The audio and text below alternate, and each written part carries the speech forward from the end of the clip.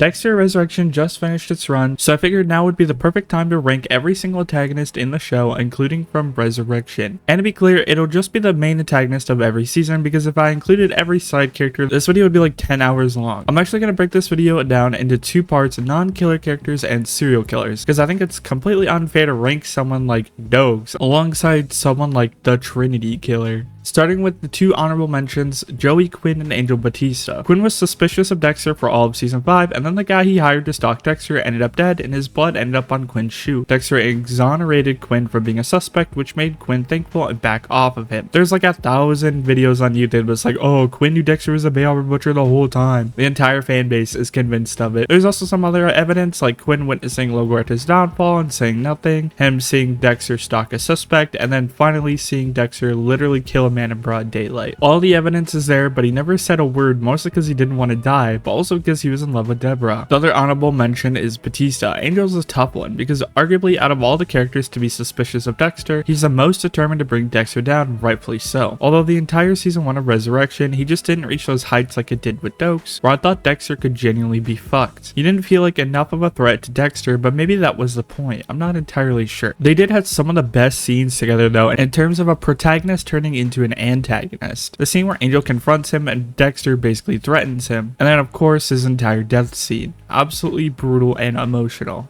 But anyways, starting at the bottom of the barrel of the legit list, the worst non-serial killer villain in the entire series, in my opinion at least, is Jordan Chase from season 5 at the number 8 spot. I like the idea of the season having multiple villains who are basically this gang of horrible people, and Dexter and Lumen have to kill them one by one until they get to the boss. I also think Jordan Chase being somewhat of a celebrity made things a lot more interesting, because it made it harder for Dexter to track him down and get to him and get him alone. With that being said, even though this season had some cool ideas, Jordan Chase is the most one-dimensional mustache twirling villain ever. He just enjoys sexually assaulting and killing women, and yep, that's about it. No motivation, no dark past that made him into a killer, literally nothing. Absolutely boring and forgettable. My second antagonist in this list is Lila from season 2 at number 7. Man, the whole time she was on this show, I just wanted to reach through the screen and fucking choke her to death. I hated her so much, all she did was lie and gaslight and manipulate. She made Dexter cheat on Rita, tried to frame Angel for sexual assault, she was responsible for killing the best character on the show, and then on top of it all, she tried to murder Rita's 2 little kids. That bitch had to go. I read the actress is very nice though, which is pretty funny. Number 6 is LaGuerta, not because she's bad, but because her story and what makes her an antagonist to Dexter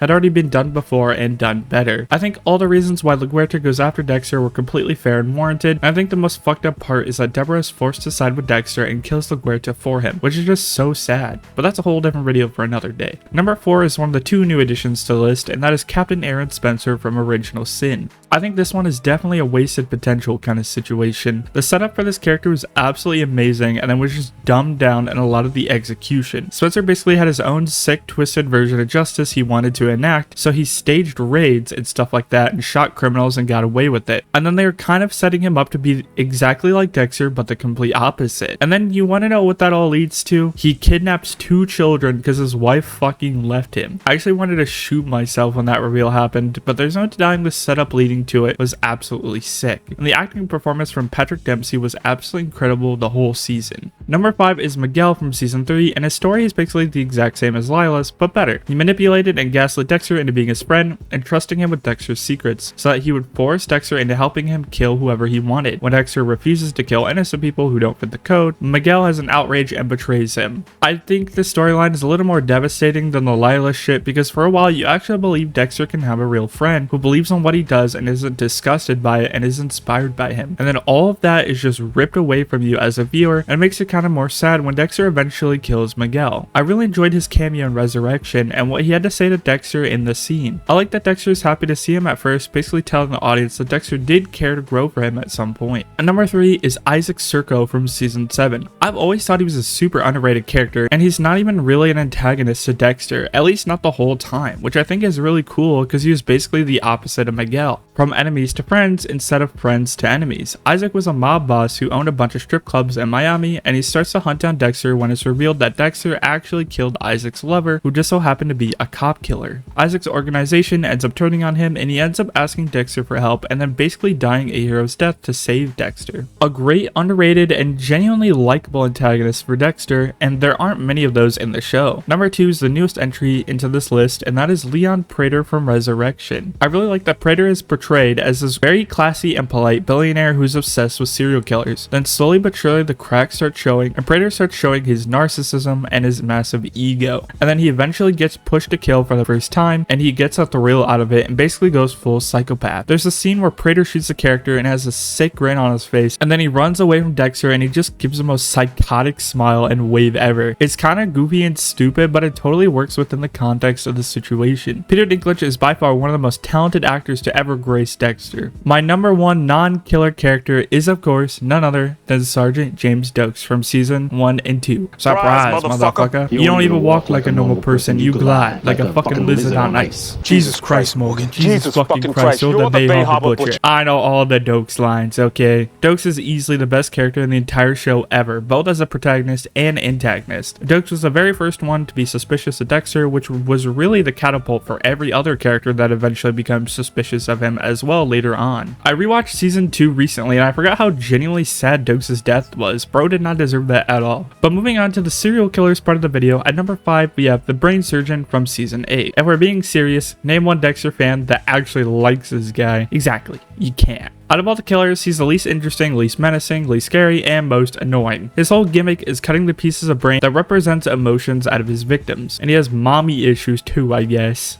We got daddy issues, chaos junkie. Mommy issues, more daddy issues, obnoxious asshole issues.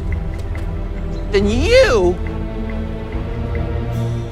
seem kind of weirdly self-actualized as far as I can tell. At number 4, I have the Doomsday Killer from season 6. I didn't know this, but a surprising amount of Dexter fans hate this guy. He's definitely not one of the most interesting killers, but he's sure as hell not the worst. His whole thing is basically recreating scenes from the Bible, but in crime scenes. He ends up basically spawning a cult and gets some of the members to do his bidding, which I think is a really cool idea. As well as his plot twist, which is that he had his own dark passenger the whole time. Throughout the season, you think it's 2 killers and one is more innocent than the other, but the innocent one ends up being a schizo crazy person that killed the other one, and it's a really cool moment when Dexter realizes this. I was pretty caught off guard by it, but maybe other people saw it coming and thought it was lame. Number 3 is the runaway killer from New Blood. I think people only associate Clancy Brown from Mr. Krabs, but he's a really good actor with a huge range. Detroit Become Human and The Penguin are 2 roles that come to mind that I love him for. So when I heard he was going to be a serial killer in Dexter, I was immediately intrigued. And he did not disappoint. Even if you are one of the many Dexter fans who absolutely despise New Blood, Clancy Brown as Kurt Caldwell, aka the runaway killer, is easily the best part of the show.